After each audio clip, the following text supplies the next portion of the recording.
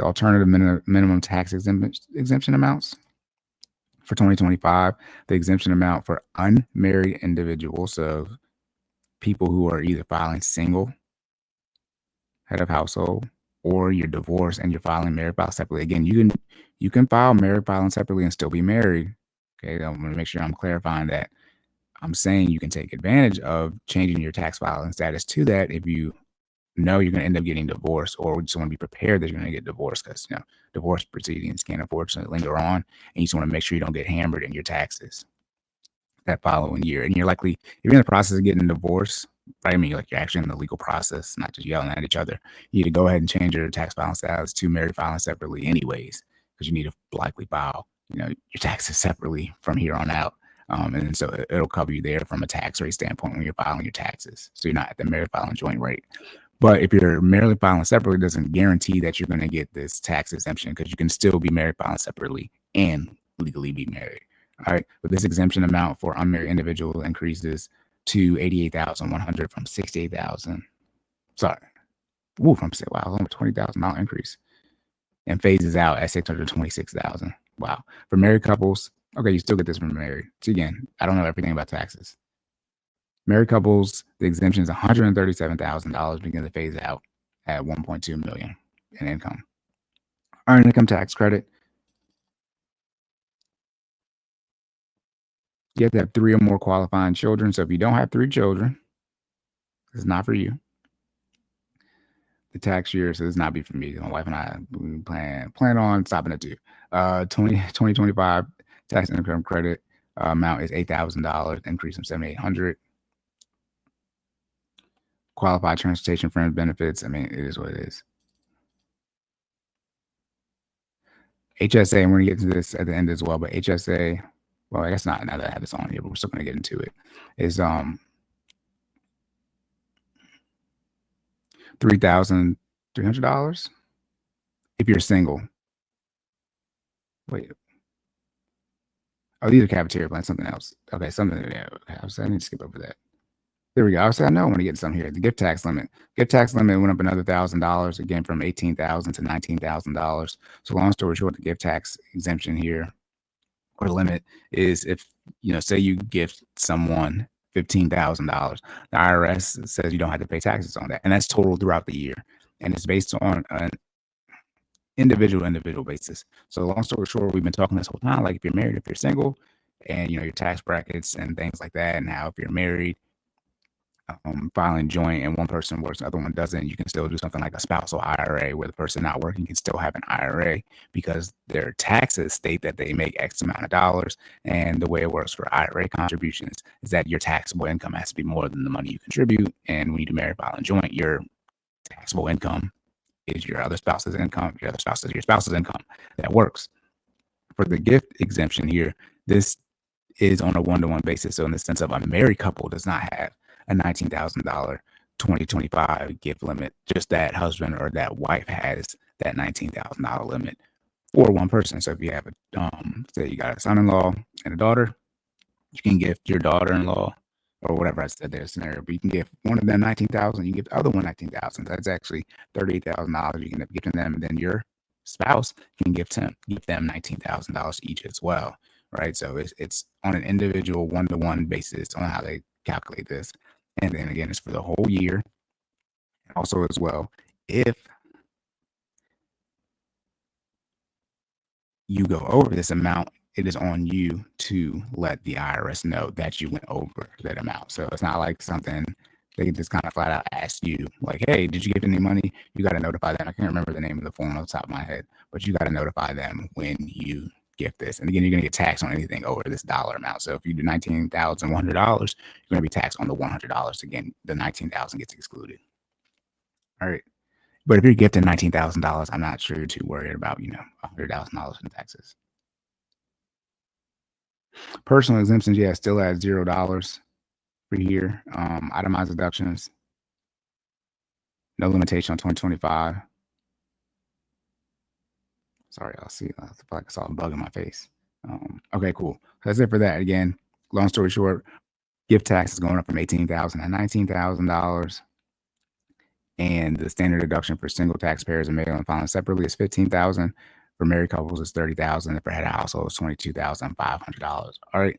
Up next, we're going to get into the 401k. Shout out to the 401k contribution limits going up a little bit from $23,000 to $23,500 in 2025 for employee salary deferrals. Again, remember, this keyword here is employee salary deferrals. Okay. Keywords here is employee salary deferrals. So that's how much money you as an employee can put into the account. This does not include how much money your employer can put in there. All right. And then for employee and your employer is $70,000 contribution, both of you that can put into the account. So long story short, again, if you're maxing out your 401k, right? And let's just say you're putting in $23,500. And let's just say you make, an insane amount. Let's just say you make $300,000 and your employee is going to match you up to 10%. Well, if your employee puts in 10% of how much money you make, 10% of $300,000 is $30,000. Remember, the most you can put in is $23,500. So you'll only obviously be able to put into that account $53,500. Remember, the limit's at $70,000. So for people who have, insanely high incomes, there's that. And again, remember, 401ks are, again, not employer, or excuse me, they're employer based, but it's different from, job to job, and, if you're married, spouse to spouse. So if you got, two people married, then your limit here is technically, what is that? $47,000, right? Because you got a job, dual income household, and then it's $140,000 for your limit, right? So this is sort of like the gift tax it implies on an individual basis. And since this is from a job standpoint, these are 401ks or employer-based accounts, then if you have multiple jobs, then you get all these limit increases. So if you got two jobs, it's not that your limit in total combined is $23,500. Sort of like with an IRA.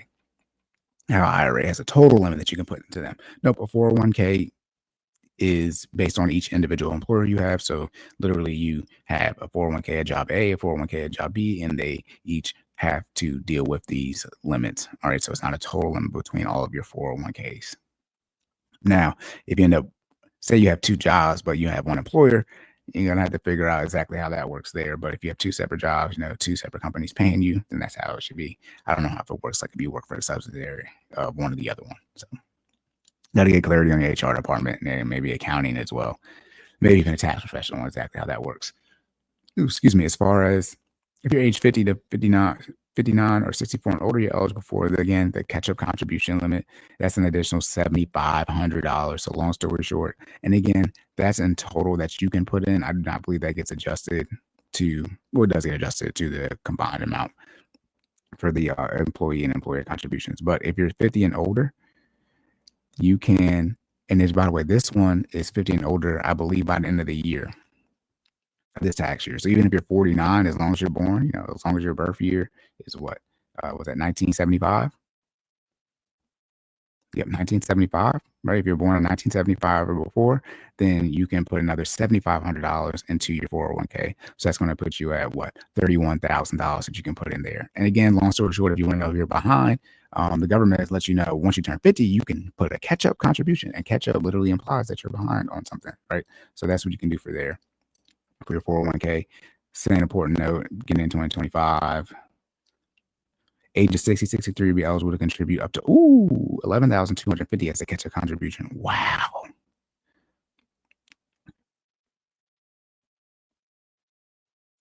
I did not read these articles ahead of time. This is new news to me. This means it's not like the financial information I'm looking at is for people at retirement age.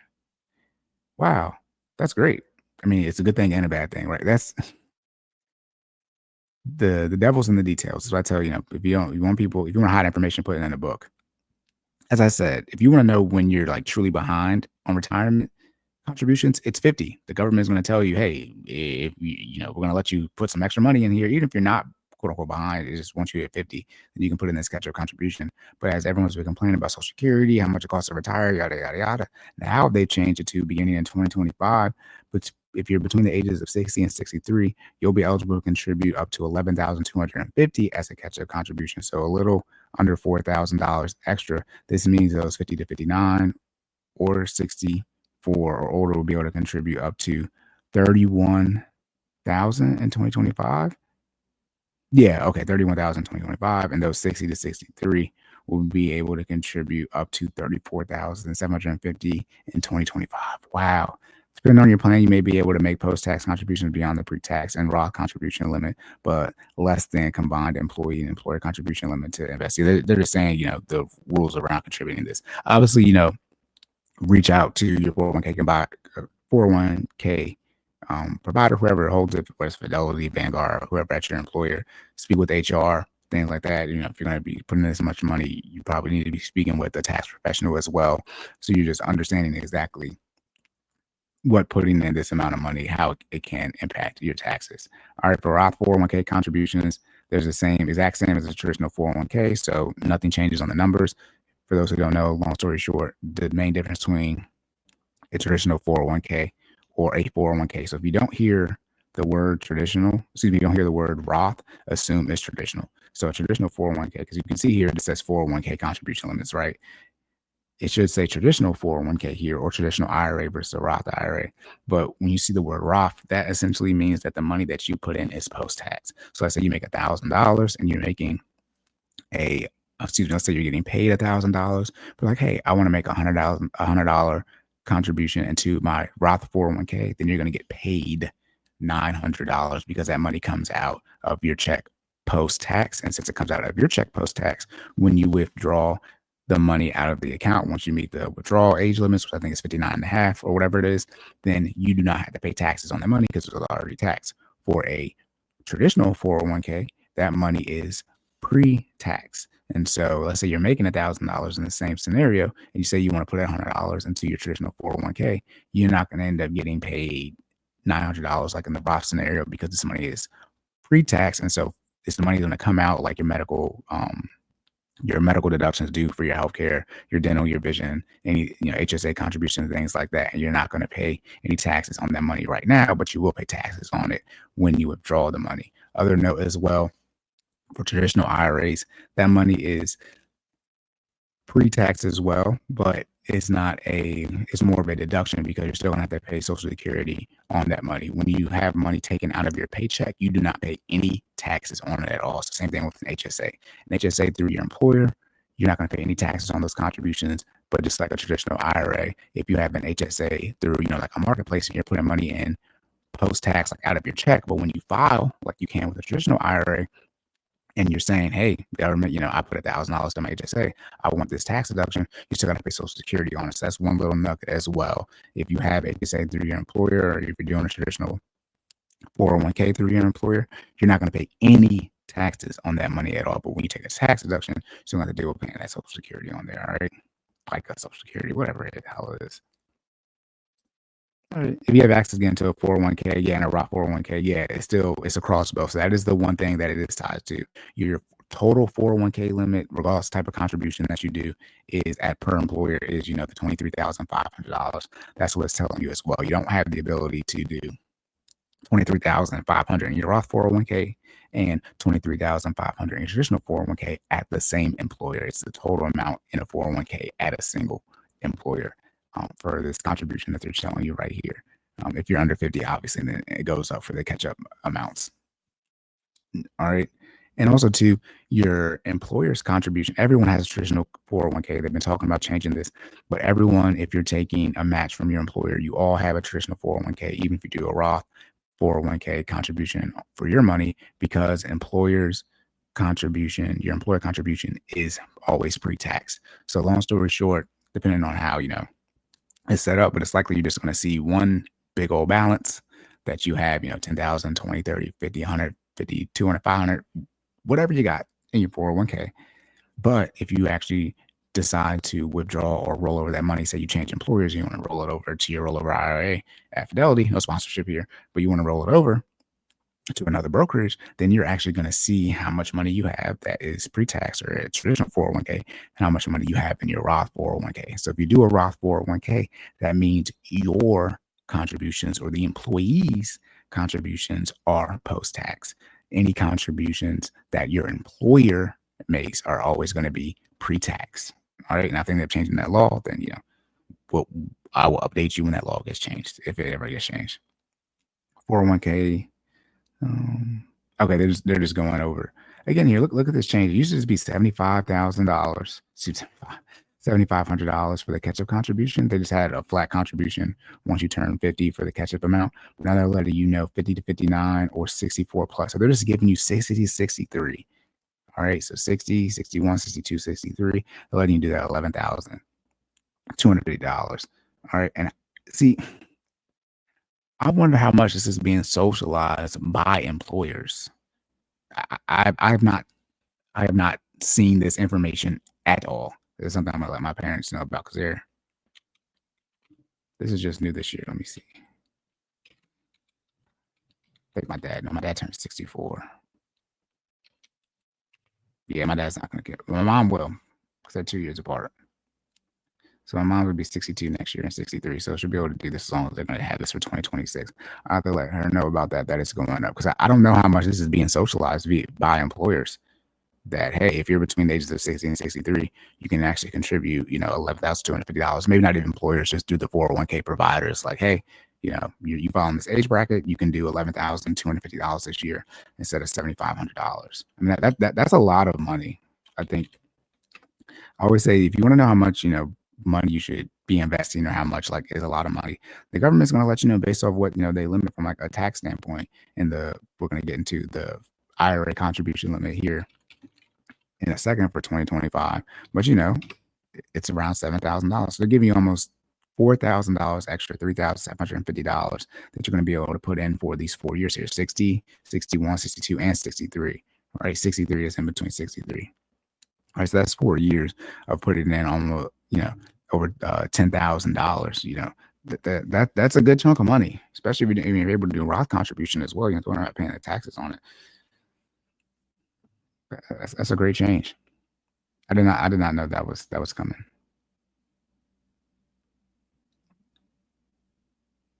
Okay, 401k contribution limits when you have multiple 401k plans with different employers. Oh, I lied. Maybe Fidelity's going to correct me here on the spot. I lied. You still limited the total employee contribution amount for the year. Don't listen to anything that I say. This is why I read these articles. Instance, you got two 401k plans. You may choose to put your contribution to $23,500. They're letting you know it doesn't impact your IRA limits. Yes, IRA limits and 401k limits are completely separate. Okay, complete correction here live on the episode. So if you do have two jobs, you still have to deal with the contribution limit across multiple jobs. So the limit flat out is $23,500 if you're under 50. If you're over 50 to 59, or if you're 64 and older, then the limit is going to be another $7,500 for the catch-up contribution. And if you're between 60 and 63, you got a catch-up contribution of $11,250 on top of the $23,500 that we all get. All right.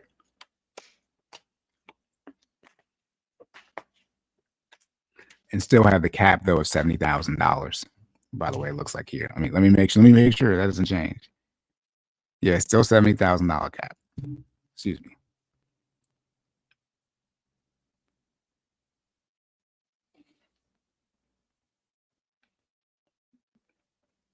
And these are important to know because it does show up on not only your pay stub, but your W-2 as well, your retirement contributions.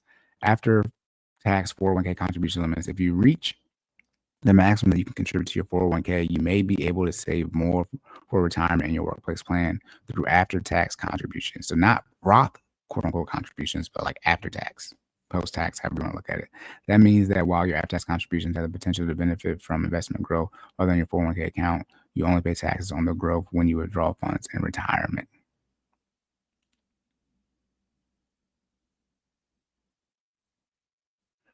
Okay, so what this is telling you is that this contribution is going to be treated like a traditional contribution or a pre-tax contribution when it's withdrawn. So for a traditional 401k, traditional IRA, when you withdraw that money, when you retire, let's say, that's when you pay the taxes on it. What it's telling you here for the after-tax contributions is you're getting double taxed, right? With the Roth 401k after post-tax, again, after-tax versus post-tax.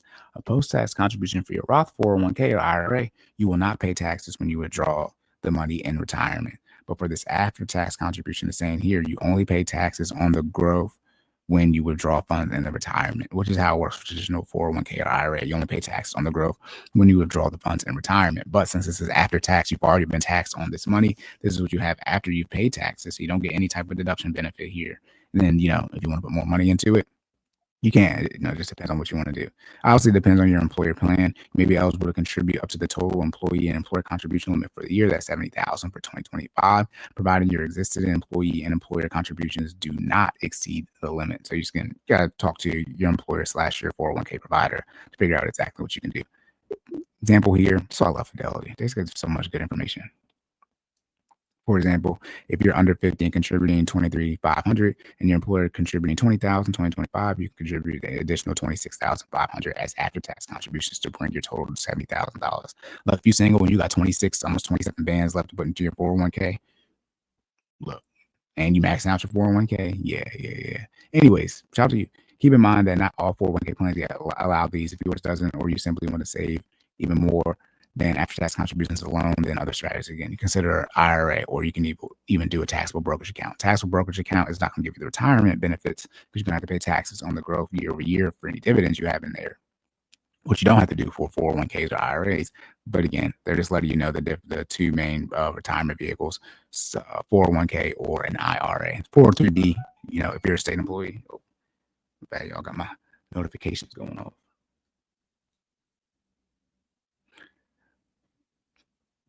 But they're just letting you know, what you have for 401k, 403b, right? Different type of things. What happens if you contribute too much to your 401k? So what happens if you listen? I got to make sure when I edit this, not to just cut off that part where I said, hey, you can put money in your 401k. Double money, even though you can't if you have two employers or more. If you put too much money in your 401k, if you defer more, your excess deferrals will be treated as income in the year. Woo, Cory's going to have y'all fumble the whole bag. Do not listen to me. Please listen to the whole episode, even when I clip them up. In that year that they made and tax a second time upon distribution. God damn. So it's going to crazy penalize you. Excess deferrals and earnings can be reported on Form 1099-R. R stands for okay, I'm not going to say it. 1099-R stands for we're going to recoup this money. Luckily, most 401k plans have infrastructure in place. Oh, okay, cool.